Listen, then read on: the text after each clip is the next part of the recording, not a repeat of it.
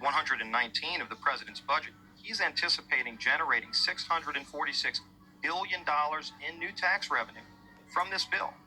So clearly, the president expects this bill to generate $646 billion in new taxes that even his own budget director has said would be passed on to consumers. So you must have been listening to our testimony that we've had for the last few days with dozens of experts that have come in who have given completely different views. Well, I would encourage you to go back and look at the testimony this committee's heard. We're talking about that can export millions of jobs out of our economy, out of our country, and testimony's been given just to those numbers. And so we're talking about a serious consequence that there would be on this country. The carbon would be emitted, but it would be emitted in China and India, and the jobs would go to China and India.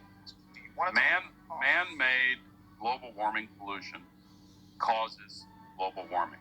It's my understanding that back in 1997, when you were vice president, Enron's CEO, Ken Lay, was involved in discussions with you at the White House about helping develop this type of policy, this trading scheme.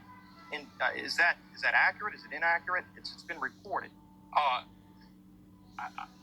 don't know, but I met with Ken Lay, as lots of people did, before anybody knew that he was a crook. Right, and clearly you can see why so many of us are concerned about turning over this country's energy economy. I didn't know him well enough to call him Kenny Boy. You knew him well enough to help devise this trading scheme, and obviously we know what Enron and these big guys on Wall Street like Goldman Sachs, and I know you've got interest with Goldman Sachs. No. These people, well, that's been reported. Is that not accurate? No, I wish I did. I'm saying that there are going to be big winners and big losers in this bill, and I think that should be noted, that companies like Enron helped come up with this trading scheme that would Enron.